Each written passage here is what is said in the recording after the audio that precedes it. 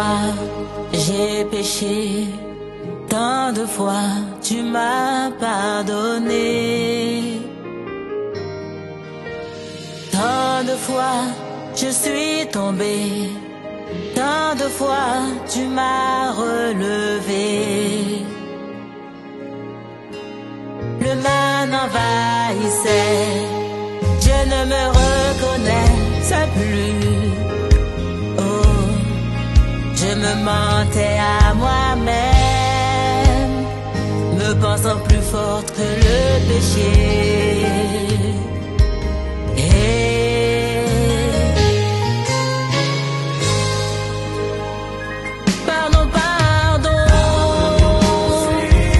Amen. J'aimerais que ce matin l'Éternel nous enlève cette foi-là et comprendre que tout ce que nous sommes, tout ce que nous avons, c'est lui. L'homme ne peut rien de lui-même. Et quand Dieu a créé l'homme, il n'a pas créé pour que l'homme vienne pour venir souffrir. Il a créé l'homme pour qu'il vive dans des conditions que Dieu lui a mis. Et pour vivre dans ces conditions-là, comme le monde est déjà corrompu, il faut vraiment être un enfant de Dieu. Amen. C'est alors que tu verras les choses dans ta vie évoluer.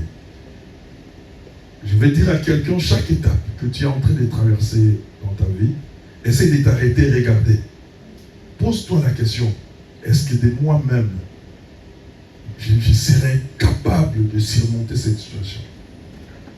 Si tu commences à te poser des questions comme ça, c'est alors que tu comprendras que dans tous les pas, chaque pas que tu fais, l'Éternel est là pour t'épauler. L'Éternel est là pour te tenir la main et dire, ma fille, mon fils, avance, je suis à tes côtés. Amen. Lorsque tu regarderas en arrière et que ta conscience, la sagesse que Dieu t'a donnée, te révèle que c'est l'Éternel qui t'a fait passer cette situation, pour avancer, tu n'avanceras pas. Tu dis, Seigneur, donne-moi encore la force. Viens encore à mon secours. Tel que tu as fait dans le passé, tel que tu as fait hier, tel que tu as fait dans une telle ou autre situation, je suis sûr et certain que tu les feras aussi à ce qui vient. Et lorsque tu passeras, tu regardes encore et tu glorifies l'Éternel. Amen. C'est ça aussi le but d'un rétroviseur dans le véhicule. Amen. Avancer, regarder en arrière. Si peut-être tu as laissé tomber quelque chose. Si peut-être il y a eu quelqu'un que tu as écrasé. Amen. Et quand tu as toujours cette habitude-là de regarder en arrière et d'avancer avec le Seigneur, je t'assure que ton avenir ou ton parcours sera clair. Parce que tu reconnais celui qui te donne la force et tu marches avec lui et les lendemains seront merveilleux. Amen. Pour le Seigneur, j'aimerais aujourd'hui que le Seigneur nous ouvre, nous enlève cette voie-là pour que nous puissions comprendre que nous dépendons de lui. Celui qui s'est dit enfant de Dieu dépend de Dieu. Il ne dépend pas d'un homme. Amen. Un esclave dépend de son maître. Si son maître lui dit tu manges à 17h, il mangera à 17h. Si le maître dit tu ne manges pas aujourd'hui, il ne mangera pas. Ça c'est l'esclave. Il ne répond pas. Amen. Il ne dit mot parce qu'il sait que c'est son maître qui prend toutes les décisions. Amen. Et nous aussi en Jésus, nous sommes aussi esclaves de notre Seigneur Jésus-Christ. Amen. Nous dépendons de lui. Mais sauf que lui est différent des autres maîtres parce que pour nous, il a un plan merveilleux. À chaque pas que nous avançons, il nous fait du bien. Amen. Voilà, nous allons parler de quelque chose de très important. Mais j'aimerais, on priera aussi pour ça. Pardon. Nous allons parler de 4 piliers de la foi. Amen. 4 piliers de la foi. J'aimerais parler de 2 piliers aujourd'hui. Et prochainement, j'ajouterai les 2 autres. Pour que nous puissions aussi prier.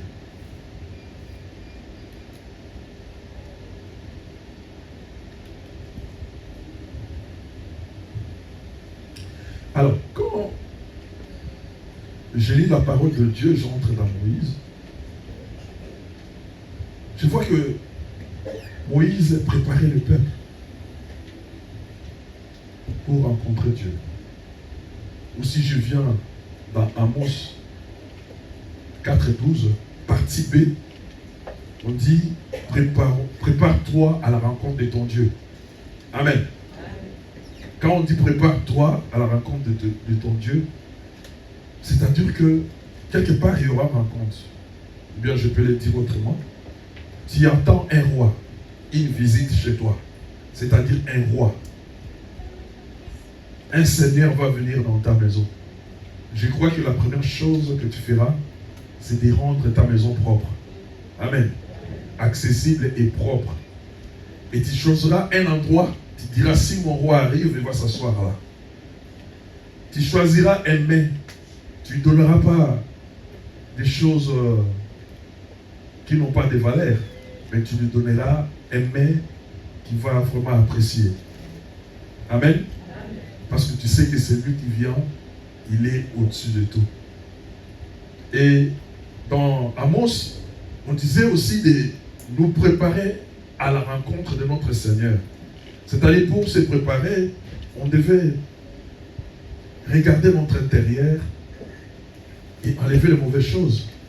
Étant donné que notre corps est une demeure de notre Seigneur, nous devons l'arranger. Pour l'arranger, c'est-à-dire il faut rejeter ou annuler les mauvaises choses, afin que lorsque le Seigneur viendra, il trouve sa place. Amen, amen. Le Seigneur ne s'assoit pas à deux. Son trône, il est saint. Amen. Et ce trône-là devait être en toi, en moi. Et quand lui vient, il devait s'asseoir parce qu'il est le roi des gloires. Amen. Moïse, lorsque lui, il disait au peuple, préparez-vous à la rencontre de votre Dieu, que tout un chacun lave ses habits. Amen. Nous allons lire ça avant de continuer. C'est dans le livre d'Exode. Exode 19.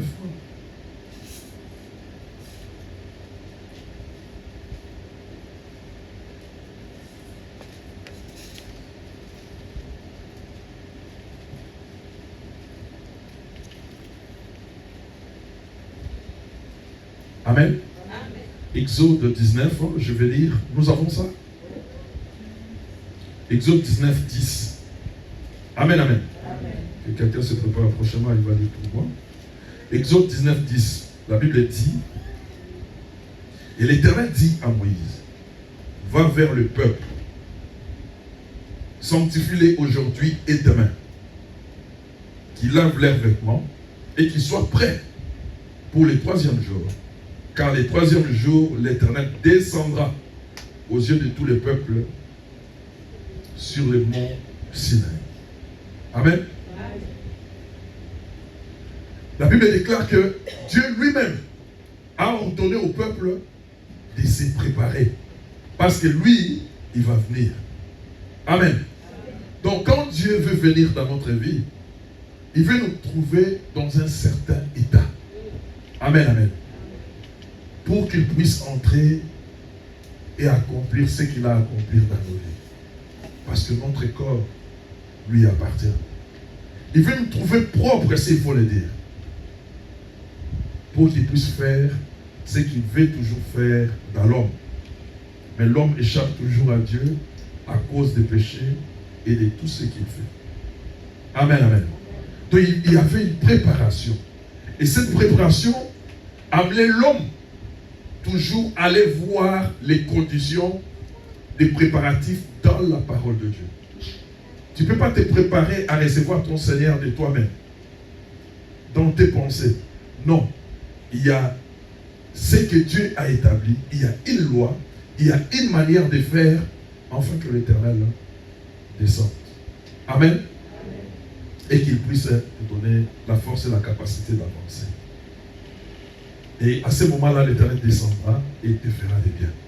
Mais pour que quelqu'un soit en mesure de recevoir son Seigneur et qu'il puisse marcher avec lui, il doit être enseigné. Dans ces enseignements-là, il doit avoir des bases. Si une maison est assise sur un bon fondement, Même si la toiture s'envole, amen, les autres parties du corps ne partiront pas. Amen. Parce qu'il est solidement ancré dans les sols. Là, on peut ajouter quelque chose et la maison va être habitée encore. Mais si une maison est bâtie sur du sable, lorsqu'il y aura des pluies, la pluie va emporter. Il va tout amener. Et il n'y aura plus rien. Si tu passes les lendemains, on te dit qu'il y avait une maison en ce lieu, tu diras non, il n'y a pas de traces. Amen, amen. Nous sommes enfants de Dieu, il faut qu'il y ait des traces. Il faut qu'il y ait l'écriture de Dieu dans notre cœur, dans notre âme, dans notre esprit. C'est pourquoi Dieu nous prépare. Il nous enseigne, il nous montre. Et ces fondements-là, c'est ce que nous voulons que ça soit dans notre vie. Les 4 piliers de la foi chrétienne. Je vais citer avant de continuer. Il y a la vérité, il y a l'amour, il y a l'unité et il y a la sainteté. C'est ça qu'on appelle les 4 piliers. Et nous allons nous asseoir dans le livre Lettre de Paul aux Éphésiens. Amen, amen. C'est là où nous allons nous asseoir pour parler des fondements, des 4 piliers de la foi chrétienne. Amen. Amen, amen. Amen. On va nous lire une partie et puis nous allons continuer. Éphésiens 4.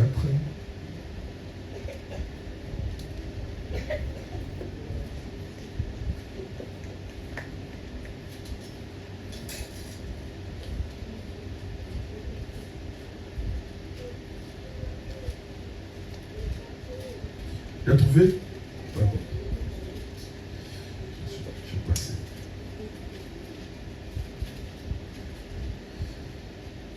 Éphésiens 4. On nous lit de 1 à 5. Parce que c'est tout le chapitre. La lit 1 à 5. Et nous le lèverons pour acclamer la parole de Dieu. Ceux qui écrivent peuvent écrire seulement Éphésiens chapitre 4. Et vous allez lire tous les chapitres. Et nous allons prendre point par point. Ici, on lit dans un premier temps 1 à 5 ou à 6. 1 à 6. Éphésiens chapitre 4, 1 à 6. Je lis au nom puissant de Christ. Alléluia. Je vous exhorte donc, moi le prisonnier dans le Seigneur, à marcher d'une manière digne de la vocation qui vous a été adressée. En toute humilité et douceur, avec patience, vous supportant les uns les autres avec charité. Vous efforçant de conserver l'unité de l'esprit par les liens de la paix. Il y a un seul corps et un seul esprit. Comme aussi vous avez été appelés à une seule espérance par votre vocation. Il y a un seul Seigneur, une seule foi, un seul baptême. Un seul Dieu et Père de tous, et au-dessus de tous, et parmi tous et en tous. Amen. Amen, amen, amen. Lèvons-nous, nous allons acclamer la parole de Dieu. Amen.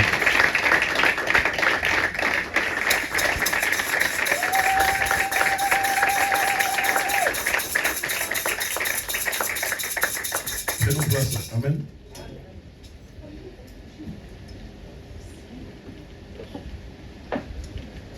Je crois que si tu viens à l'église comme nous sommes là et qu'on te donne une chaise qui a un pied, amen, tu ne vas pas t'asseoir, monsieur. Amen. À moins que tu sois acrobate, parce que quand ça va tomber, toi tu vas faire des boulettes après. Amen. Même s'il y en a 2 pieds, ça ne va pas suffire. Tu ne seras pas content de ça. Même s'il y en a 3, tu diras non, il y a des déséquilibres. Mais tu vas chercher une chaise qui a 4 pieds. Là, si tu t'assois, tu te sens vraiment très bien. Tu te sens à l'aise. Tu sais que si je tombe, c'est-à-dire je tombe par moi-même. Ce n'est pas la chaise qui m'a fait tomber.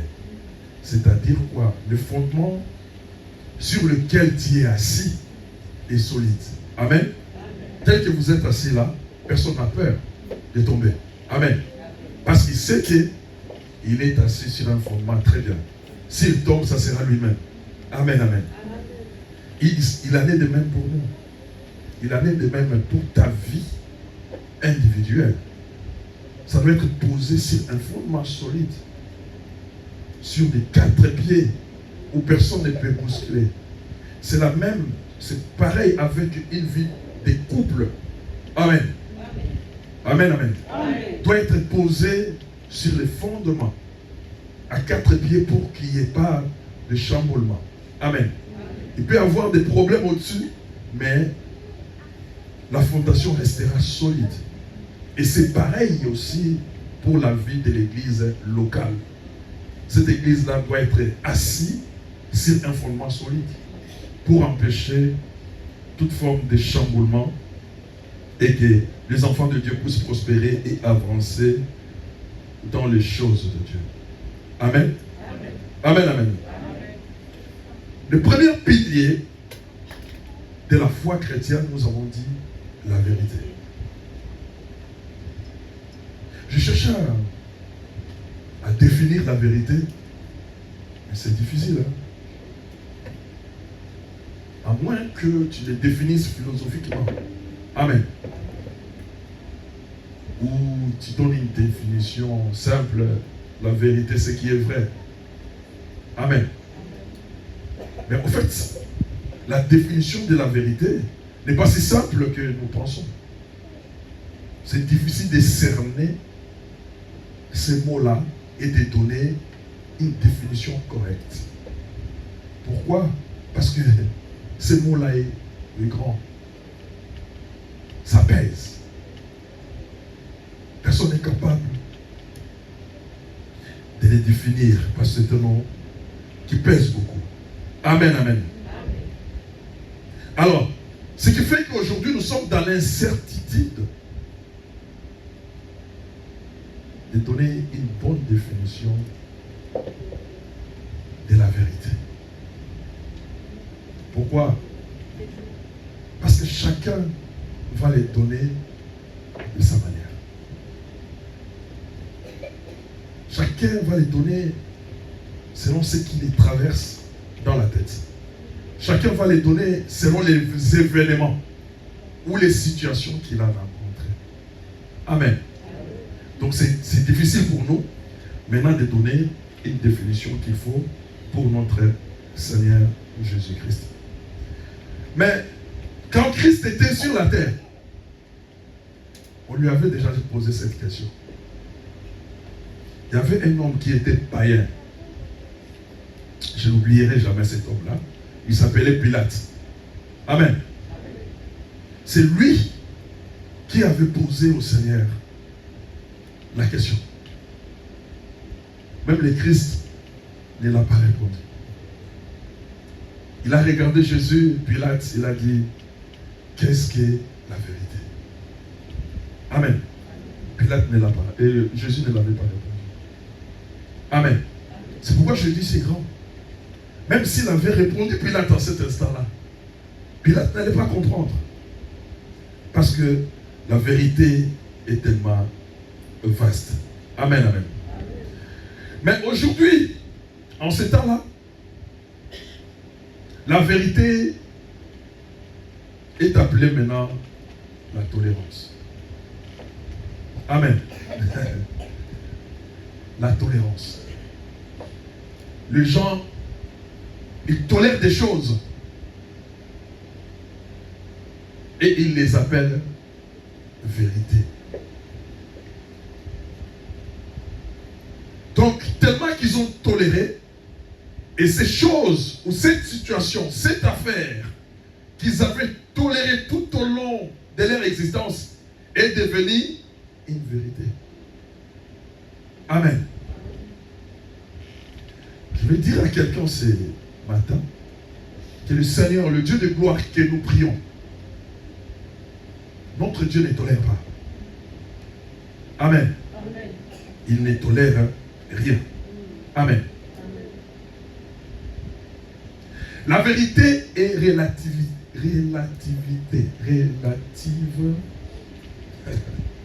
relativiser. Voilà le mot qu'il fallait. La vérité est relativisée. Amen. Donc, c'est-à-dire, chacun prend la chose de sa manière. On te prêche la parole. On te dit que ce que tu fais là est mauvais. Mais la même parole qu'on te dit ici est mauvais. Tu vois de l'autre côté, là, ça passe. Amen. Mais quand tu vois dans la Bible, c'est aussi autre chose. Donc, dans plusieurs endroits différents, tu trouveras plusieurs vérités différentes. Ce qui fait que la vérité est devenue, il n'est plus une, il est devenu pluriel. Amen. Partout tu trouveras des vérités. Amen, amen.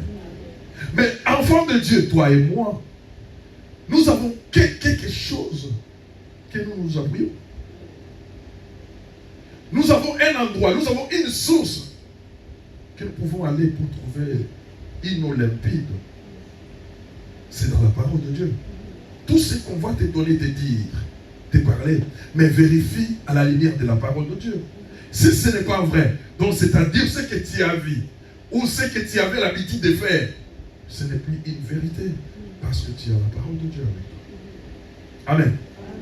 Mais aujourd'hui, les gens se fient aux propos des gens, aux propos des hommes de Dieu, aux propos des prophètes, parce que c'est eux qui règnent maintenant, aux propos de beaucoup d'autres personnes, au lieu de regarder ou de focaliser leur regard sur la parole de Dieu. Notre Dieu, je dis encore, il n'est pas tolérant. Il ne tolère rien. Amen. Une chose devient vérité s'il entre dans notre conception. Ah, ça c'est aussi vrai. On te dit, la Seigneur est habituée de porter le truc ici pour montrer son ventre. Amen. Pour lui, c'est normal. Pour elle, pardon. Amen. Pour elle, c'est normal. Quand tu lui dis la vérité, il dit non. Parce qu'il a une conviction des habits qu'il met. C'est bon. Il a l'habitude de fréquenter un certain endroit. Dans sa conception, il a dit, non, ce sont mes amis. On a grandi ensemble avec eux. Comment je vais les abandonner? Je dois être avec eux. Quand même, je ne fais pas ce qu'ils font. Amen, amen. Même la police, quand il vient trouver un innocent parmi les malfaiteurs, il prend aussi l'innocent. On est d'accord? Amen. La police, quand il vient quelque part pour faire une incursion ou faire ses enquêtes, tout ce qu'il trouvera là-bas, innocent ou pas innocent, il les prend. Tu vas où? Vous allez tous d'abord en prison, garde à vue. Exactement. Si elles le font, c'est-à-dire Dieu se pousse encore. Si il te trouve dans des choses que toi, dans tes pensées, tu dis toujours vrai. Le Seigneur te dira non, il ne voulait pas lire la parole. Il ne voulait pas comprendre. Oui, il a entendu, mais il a refusé. Donc tu as la connaissance des choses, mais tu refuses de toi-même d'obéir à la parole de Dieu. Quand le Seigneur viendra, tu seras de l'autre côté qui est livré. Tu seras avec l'ivraie, et les enfants de Dieu seront avec le bleu. Parce que l'endroit où on t'a trouvé, ce n'est pas l'endroit que l'Éternel a voulu que tu sois. Amen, amen. Nous devons faire attention. C'est pourquoi j'insiste sur le comportement. J'insiste de la manière même de s'habiller, même des coiffures. La fréquentation, c'est très important. Si nous faisons des erreurs, nous risquons de manquer. Notre Dieu n'est pas dans l'ensemble, il est dans les détails.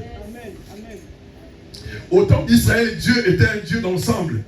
Il a dit, appelle les enfants d'Israël qui lavent leurs habits. Maintenant, il n'appelle pas les enfants d'Israël. Il t'appelle toi.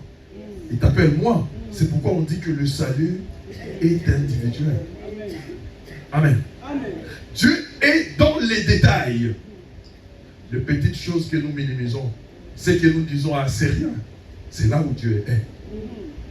Amen. Ne cherchez pas qu'on vous donne des titres scatologie et qu'on sorte des grands titres de prédication. Dieu n'est pas là-bas. Christ lui-même n'a pas fait des prédications semblables. Il parlait et la parole s'est manifestée dans la vie des gens. Amen. Donc, quand cela va à la contre de tes intérêts, tu appelles ça vérité. On va lire donc 2 Timothée 4, 3, 4 et puis on va l'associer à 2 Timothée 3, 4, 5. Ça va aller ensemble. 2 Timothée 4, 3, 4.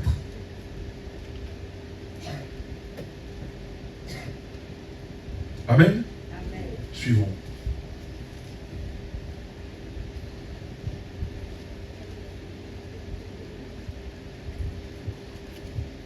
Amen. Amen. 2 Timothée 3, 4. 3, 4. 2 Timothée, chapitre 4, versets 3 à 4. Je lis au nom puissant du Christ. Amen. Car il viendra un temps où les hommes ne supporteront pas la sainte doctrine. Voilà. La saine doctrine. Restez là. La Bible dit, il viendra un temps où les gens ne supporteront pas la sainte doctrine. La sainte doctrine, ce sont des paroles que Christ a parlé. Où ensuite, les apôtres ont enchaîné. Et ces mêmes paroles que nous parlons aujourd'hui. Donc, tous les récits de notre Seigneur Jésus-Christ, c'est ça la sainte doctrine. Mais il arrivera un temps, les gens vont chercher la modernisation. Ils diront non, cette parole-là est archaïque. Cette parole-là est passée. Mais il y a un prophète, il y a quelqu'un qui fait ça, et il y a les poissons qui sortent. Il fait ça, il y a l'argent qui sort dans les poches des chrétiens. Il y a celui qui fait ça, les choses changent. Amen, amen. Les gens, tous, vont maintenant s'affluer là-bas et abandonner la sainte doctrine. Pourquoi? Allez-y. Mais ayant la démangeaison, oui, d'entendre les choses agréables, oui, ils se donneront une foule de docteurs, voilà, selon leurs propres désirs. Voilà. Ils feront les choses, ils se donneront leurs propres docteurs selon leurs propres plaisirs. Parce que ils vont sentir là, nous sommes à l'aise. Amen. Jamais tu verras dans une église où on parle tout le temps du péché, on parle tout le temps de la repentance, cette église-là fait le plein. Non. Les églises qui font le plein, dans la plupart des cas, là on parle de miracles, des mariages, des voyages et de beaucoup d'autres choses semblables. Mais quand on parle des gens de changer leur vie, amen, c'est comme si tu es en train de pointer une arme sur leur temps pour les détruire. Ils sont mal à l'aise. Ils se disent dans leur cœur, si c'est comme ça demain, je ne viendrai pas. Ils préfèrent être là où il y a beaucoup de petitites, mais il est même dehors. À la fin de culte, il n'a même pas compris ce que l'orateur avait dit. De l'autre côté. Amen, amen. Nous ne sommes pas de ceux-là. Nous sommes de ceux-là qui viennent parce que celui qui aime bien châtie bien. L'Éternel nous aime, il nous frappe et il nous prend dans ses bras pour nous nettoyer, nous faire du bien. Allez-y. Détournons-nous l'oreille de la vérité. Ils vont détourner leurs oreilles de la vérité. Se tourneront vers les fables. Voilà, ils vont chercher les paraboles, les fables. Oui. Mais toi, sois sobre en toutes choses. Supporte les souffrances. Fais l'œuvre. Toi, sois sobre. Sois sage. Supporte les souffrances. Fais l'œuvre d'un évangéliste. Fais l'œuvre d'un évangéliste. Remplis bien ton ministère. Remplis bien ton ministère. Amen. Nous allons l'associer maintenant à 2 Timothée 3. Tu tournes seulement la page 3, 4, 5. Je lis au nom puissant du Christ. Amen. Traîtres, emportés. Voilà. Ces gens-là sont des traîtres, sont emportés. Enflés d'orgueil. Enflés d'orgueil. Aimant le plaisir plus que Dieu. Leur désir interne, ils aiment le plaisir du monde plus que Dieu lui-même. Allez-y. Ayant l'apparence de la piété. Voilà. Ils ont l'apparence comme ils sont saints. Quand tu les regardes, tu dis non, ça c'est vraiment une sœur en Christ. Tu regardes, tu dis, ça c'est un frère. Je vais les suivre. Ma réalité, ils sont des tombeaux blanchis. tombeau blanchi, tu vas dans un cimetière, tu regardes les tombeaux, tu vois, c'est très propre, orné avec des fleurs. Mais quand tu ouvres dedans, il y a la pourriture. Amen. Amen. Il y a un squelette qui est dedans. Et beaucoup des enfants de Dieu sont comme ça. Des tombeaux blanchis. L'extérieur, l'apparence est magnifique. Mais entrer à l'intérieur, c'est la pourriture. Amen. Amen. Il est temps de donner vie aux ossements qui se cachent sous les décombres. L'Éternel veut te réveiller pour te faire du bien. Amen. Allez-y. Éloigne-toi de ces hommes-là. Et la Bible nous dit quoi? De nous éloigner d'eux. Ça s'arrête là? Oui. Amen. Éloignons-nous de ces gens-là. Celui qui est dangereux, qui peut te faire tomber, c'est l'homme qui connaît la parole. Amen. Et il est perdu. Vous me suivez très bien. Celui qui connaît la parole et étant perdu, il a la facilité d'entraîner une brebis dans la perdition. En s'appuyant toujours par la parole. Parce qu'il sait comment il va faire. Parce que le diable était venu par la parole. Son fils, qui était perdu aussi, pour faire dévier les enfants de Dieu du sentier bâti, il va amener aussi la parole. Il va leur dire, non, Dieu a dit, mais tu peux faire ça, ça. C'est pourquoi je dis la vérité est devenue une tolérance. Tu vois, dans certaines églises, on tolère certaines choses. On tolère certaines activités. Tu vois, dans certaines églises, il y a des ristournes. Il y a un maman liqueur. Ça se fait jamais. Dans les églises, il y a des vendeurs. Ils ont oublié que Jésus les avait chassés. Amen. Les gens commencent à fuir l'église parce qu'ils ont une dette. Celui qui vend ces histoires, il est dehors, il les attend avec un cahier. Et celui qui vient à l'église. Et les vendeurs qui, de deux, est venu prier. Personne. L'autre là, il a conscience chargée. Je dois payer la dette, mais je ne l'ai pas. Donc, pendant tous les cultes, les yeux sont à gauche, à droite, voir si l'autre est distrait pour qu'il sorte. Amen. Et l'autre là dit, non, je ne quitterai pas, je serai à la porte. Même si je n'écoute pas la prédication aujourd'hui, l'essentiel est de prendre un pour qu'il paye. Donc les deux n'ont rien suivi. On tolère ça dans les églises. Et on amène même les rapports vers les pasteurs. Parce qu'il y a tel qui n'a pas payé ma dette. Ça concerne à quoi, le pasteur? Ça concerne à quoi? Il n'a pas payé. Moi, qu'est-ce que ça me concerne? Quand vous avez pris vos choses, je n'étais pas là. L'église n'est pas un marché. C'est pourquoi Christ, ce jour-là, il avait amené un fouet. Vous le dites, dans les temps anciens, Christ avait fouetté. Mais parce que ces gens-là sont toujours là. Ils ne sont pas partis. Ils font toujours l'exactivité. Donc il faut un fouet, pas de tolérance. La vérité, on doit toujours les dire. Que ça blesse ou pas, on les dira. Amen, amen. On acclame le Seigneur de gloire de Dieu. Amen. Mais selon la Bible, la vérité, elle est une. Amen. Je dis que je cherchais à définir, mais je n'ai pas vu. Je cherchais moi à définir ça. Je n'ai pas vu. Mais la vérité est une. Mais on va nous les lire dans Éphésiens, toujours, on rentre à Éphésiens 3 jusqu'à 6.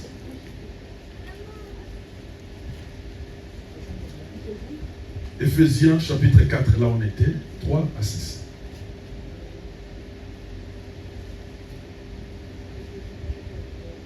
Suivez-moi très bien. Selon la Bible, la vérité est une. Pas deux. Une. Ce n'est pas la tolérance. C'est la vérité avec grand V. Allez-y. Je lis au nom puissant de Christ. Amen. Vous efforçons de conserver l'unité de l'esprit par le lien de la paix. Il y a un seul corps et un seul esprit.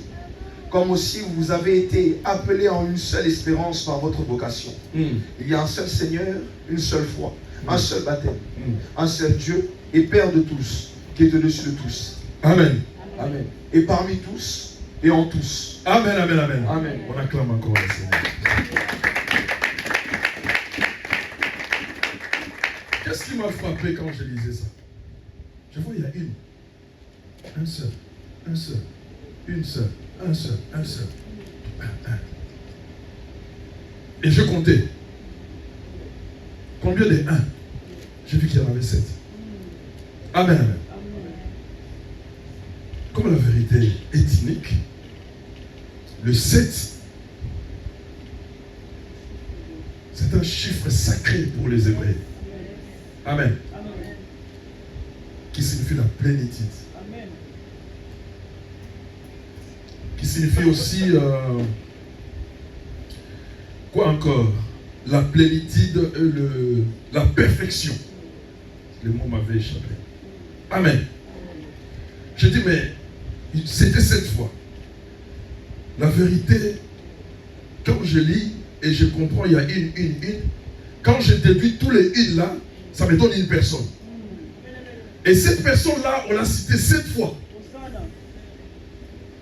7 fois, dans le langage hébreu, c'est la perfection. C'est la plénitude. Et je vais parcourir maintenant la Bible pour savoir. Je commence un livre de Genèse. Pour voir combien la vérité, c'est une perfection. Je vis que Dieu, en créant, il a fait 7 jours. Amen. Et quand il a terminé, la Bible dit Dieu a vu que tout était. Personne ne me complète. Tout était bon. Amen. Donc, c'est-à-dire, ce que Dieu a vu est bon. C'est bon. Amen, amen. Parce que lui-même, il est la perfection. Et tout ce qu'il fait, il le fait à la perfection. Et jusqu'à aujourd'hui, nous avons toujours 7 jours dans la semaine. Ça ne changera pas jusqu'à ce qu'il vienne. Amen, amen. Je dis, bon, je vais parcourir la Bible parce que la Bible, c'est une forêt. Pour voir à gauche, à droite. J'ai parcouru, je suis arrivé au Juge. Je vis que Samson lui-même, pour battre tous les Philistins, il devait avoir cette tresse sur sa tête. Je dis, c'est la perfection. Parce qu'à lui seul, il tabassait toute une troupe de Philistins. Donc il avait la perfection en lui, donc il avait Dieu en lui. Je parcours après, je vois dans le livre de Proverbes aussi, là on dit que les 7 colonnes de la maison de la sagesse.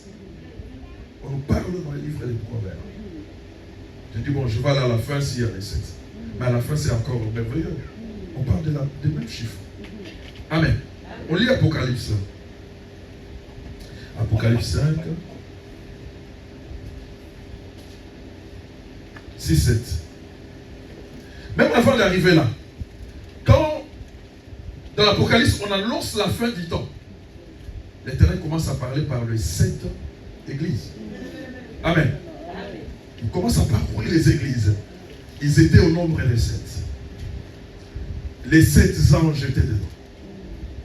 On parle de 7 chandeliers. On parle de 7. Mais voilà maintenant pour le 7 là, de Apocalypse 5, 6, 7. Je lis au nom puissant de Jésus-Christ. Amen. Et je vis au milieu du trône. Je vis au milieu du trône. Et des 4 êtres vivants. Et des 4 êtres vivants. Et au milieu des vieillards. Et au milieu des vieillards, oui. Un agneau qui était là comme immolé. Immolé, oui. Il avait 7 cornes. Il avait combien? 7 cornes. Il avait 7 cornes. Donc, le chiffre 7, ça me rapporte à Dieu lui-même. Amen. Parce que dès le commencement, il a fait 7. À la fin, à l'Apocalypse, nous les voyons, ces chiffres. Ce qui veut dire que la vérité, c'est une perfection. Or, c'est lui qui est la perfection par excellence. C'est Dieu lui-même. Amen. Amen. C'est pourquoi j'aime toujours répondre ce que Diable avait dit un jour ici. Dieu n'a pas besoin de changer. C'est les hommes qui doivent être changés. Dieu il est déjà, il est la perfection. C'est les hommes qui font un effort pour parvenir à lui.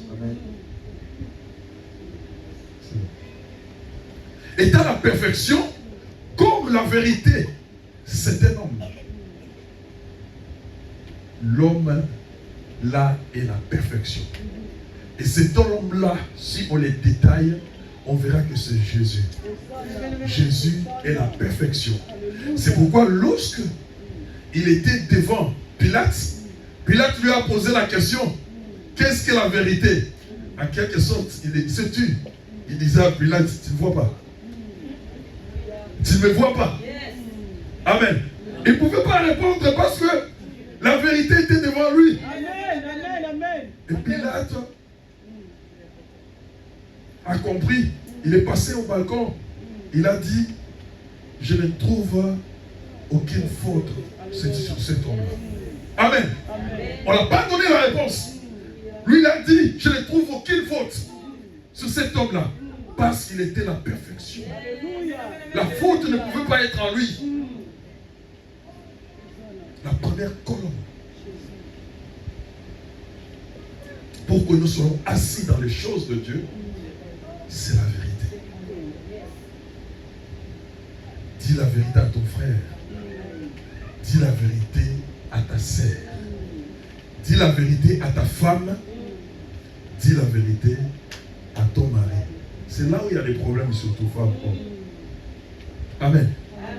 Là, il y a beaucoup de mensonges.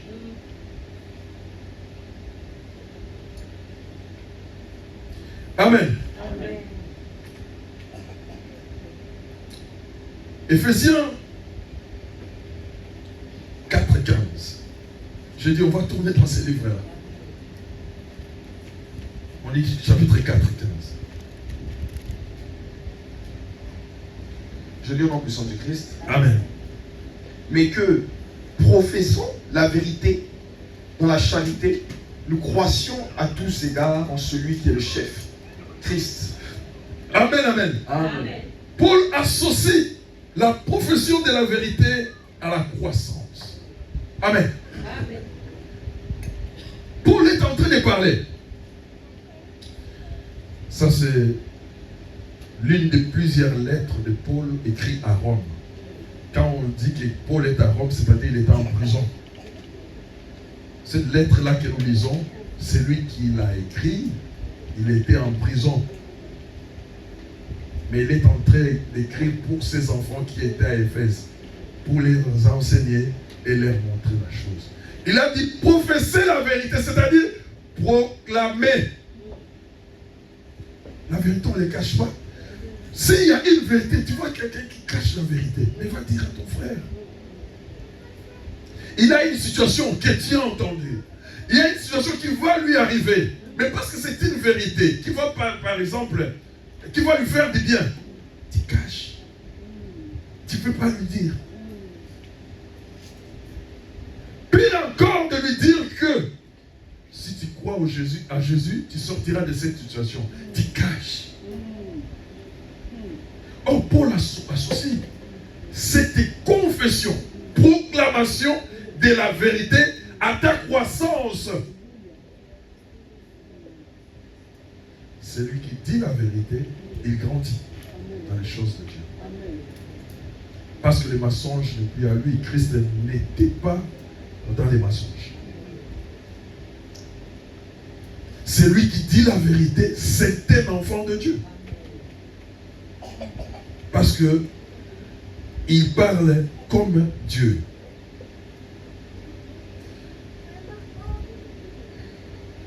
Tu lis en Jean 1,14. Il y a des versets. Hein? Jean 1,14.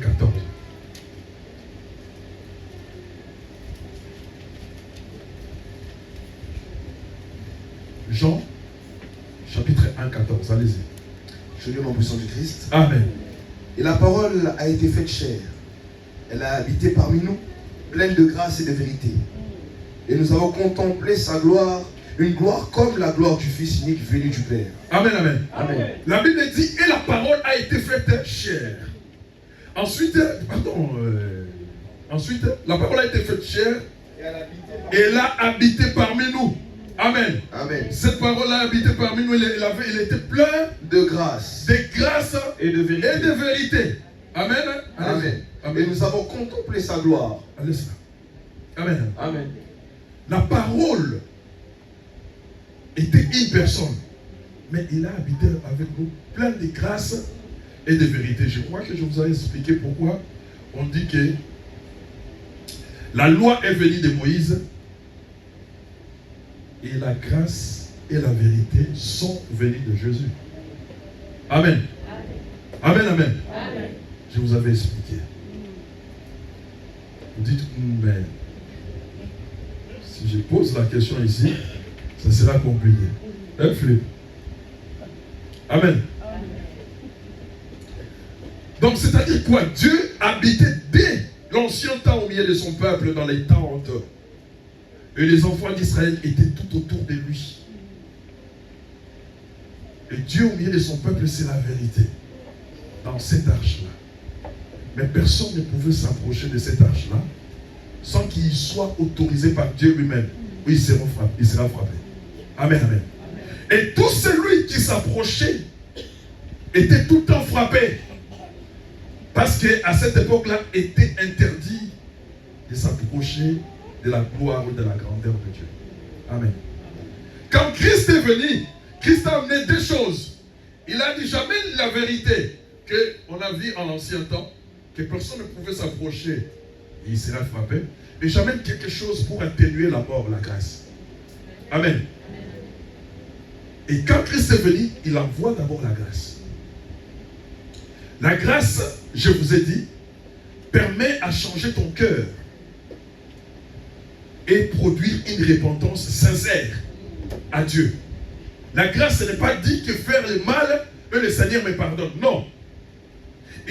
Dieu, par la grâce, attire ton cœur vers lui pour que tu te répandes de tes péchés. Donc, c'est-à-dire, l'Éternel t'accorde un sursis. Est-ce que nous comprenons? Avant, quand il vient, l'Éternel te frappe comme il a frappé Uza. Il a voulu toucher à l'arche de Dieu, il a été frappé. Jésus est venu, il a dit, cette fois-ci, je suis venu dans la chair. Ils m'ont vu, ils ont vu la vérité, mais je veux qu'on me touche.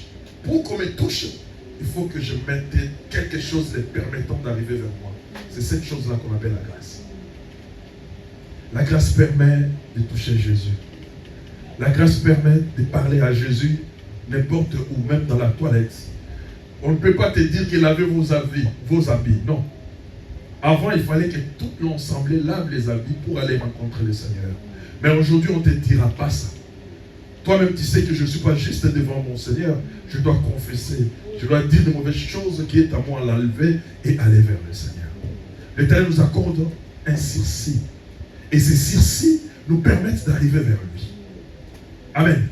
C'est pourquoi la loi était proclamée et dite par Moïse. Et la loi est sainte et frappait tout ce qui était dans les péchés. Et la grâce et la vérité sont venues de Jésus. Jésus s'est caché derrière quelque chose.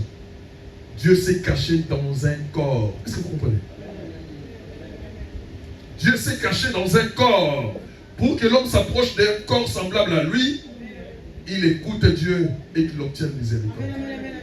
Le corps de Jésus, c'est ça la grâce. Amen. C'est ça la grâce. Avant, Dieu n'avait pas de corps. Amen. Il avait un corps, mais c'était caché. C'est pourquoi quiconque s'approchait était frappé. Mais Christ a dit, tu m'as introduit dans le monde et tu m'as formé un corps. Il est devenu un corps pour permettre aux gens de venir. C'est pourquoi quand les gens venaient à lui, il disait, répentez-vous, les royaumes des cieux est proche. La mission de la grâce, appeler les gens à la repentance et de changer leur vie. Quand vous changez votre vie, vous vous répentez, c'est alors que vous avez accès à la vérité. Amen. La vérité qui est dedans. Donc tu fais partie, tu entres dans Jésus et tu vis maintenant la vérité. La Bible dit dans Jean 17, sanctifie-les par ta parole est la vérité. Amen. Sanctifie-les par ta parole et ta parole est la vérité. Donc tout ce que les gens ont proclamé dans l'ancien temps Et toutes les proclamations qui se sont faites pendant que Jésus était sur terre, ça annonçait la grâce et la vérité. Ma sœur, mon frère, cette grâce-là n'est pas encore partie. Amen. C'est pourquoi je disais, quand je introduisais la prédication, je disais que le Seigneur nous a fait beaucoup de choses, mais sauf que nous sommes aveugles. Si nous étions de ceux-là qui voient, nous allons vraiment nous arrêter et regarder en arrière. Seigneur, de moi-même, je ne saurais pas faire tous ces trajets. Si je l'ai fait aujourd'hui, c'est vraiment une grâce. Si je suis vivant aujourd'hui, c'est parce que tu m'as aimé. Amen. Parce que nous ne voulons pas regarder derrière. Nous pensons que nous le faisons par notre propre effort. C'est mon travail. C'est mon travail. Je me bats jour et nuit. Je me lève tôt. C'est mon travail. Mais celui qui t'a dit que l'homme mangera par la sueur de son front, s'il te retire le souffle qu'il a mis en toi, c'est fini. Tu ne citeras même pas le mon travail. Amen. Tu es parti et c'est fini. Amen. Le jour où Maman Michel fera les témoignages, j'aimerais que ça soit même écrit, ma sœur. C'est grand. Amen. Il a dit quelque chose ici. Tout ce qui nous arrive, ce n'est pas seulement des tentations, ce sont des épreuves.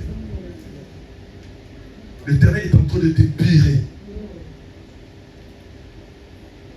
Cette jeune maman-là a eu beaucoup de problèmes quand il m'a rencontré.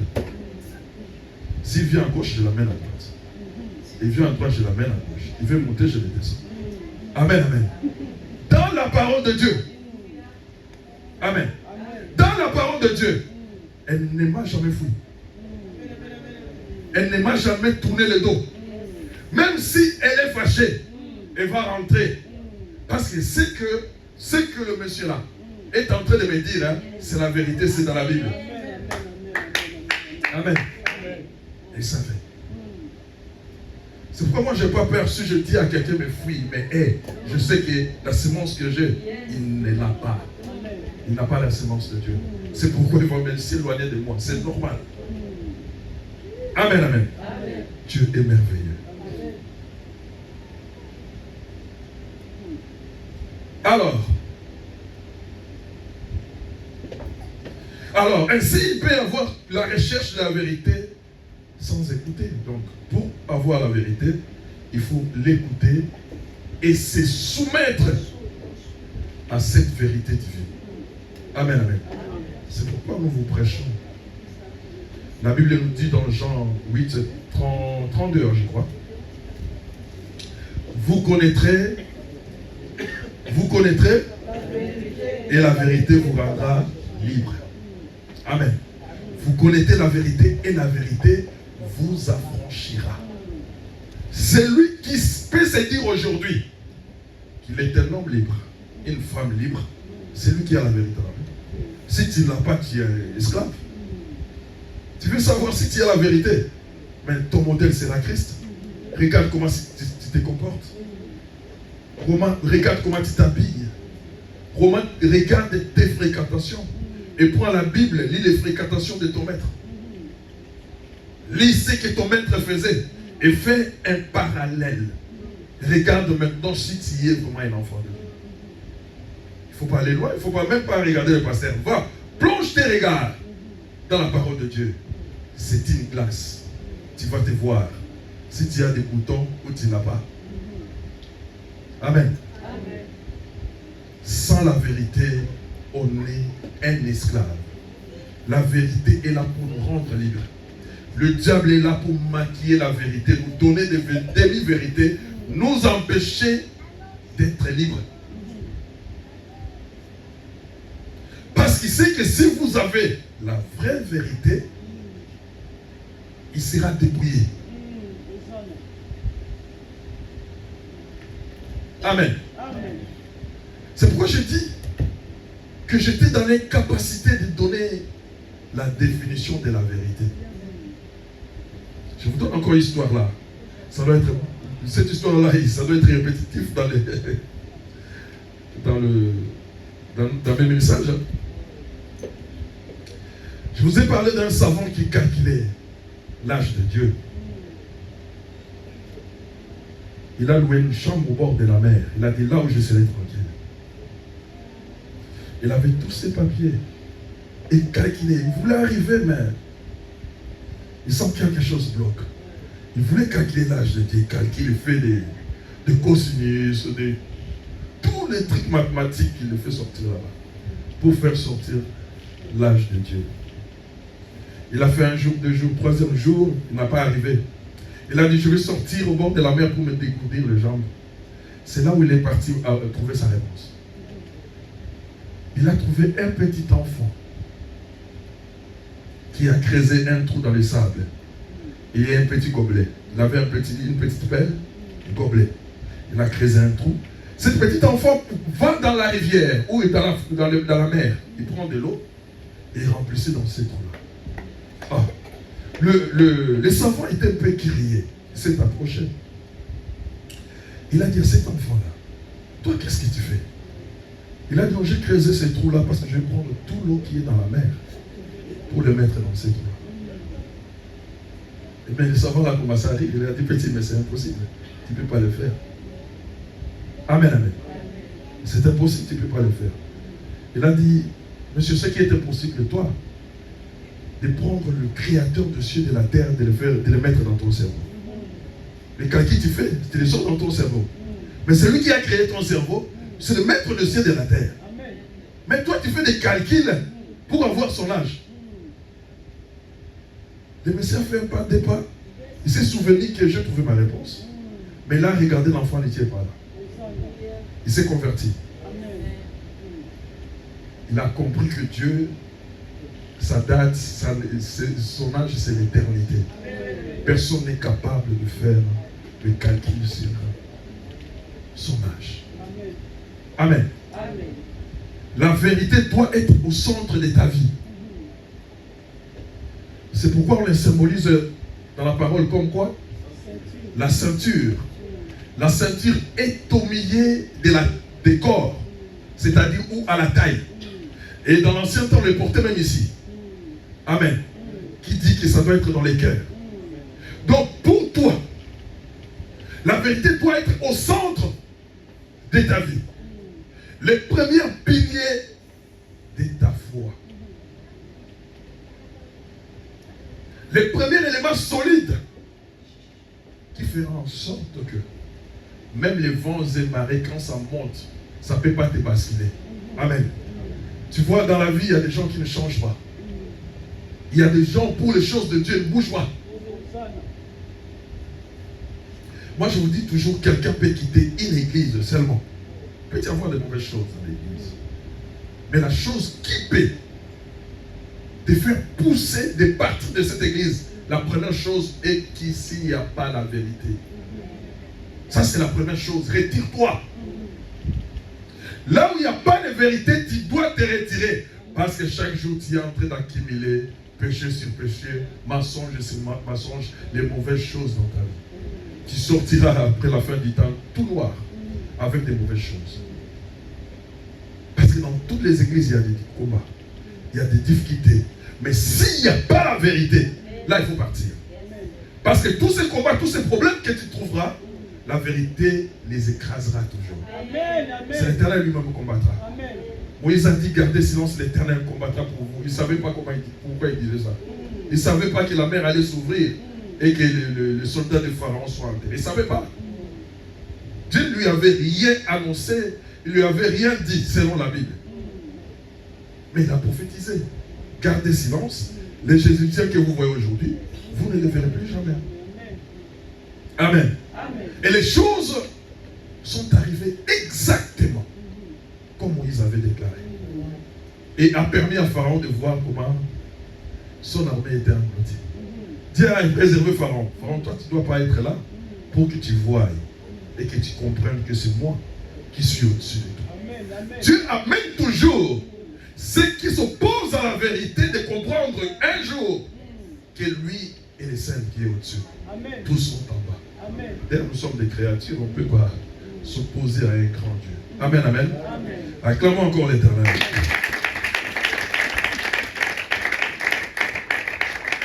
Deuxième point qu'on ne peut pas aborder aujourd'hui, c'est l'amour. Amen. Après la vérité, je croyais que j'allais dire l'amour et la vérité aujourd'hui, mais c'est impossible. Il y a l'amour.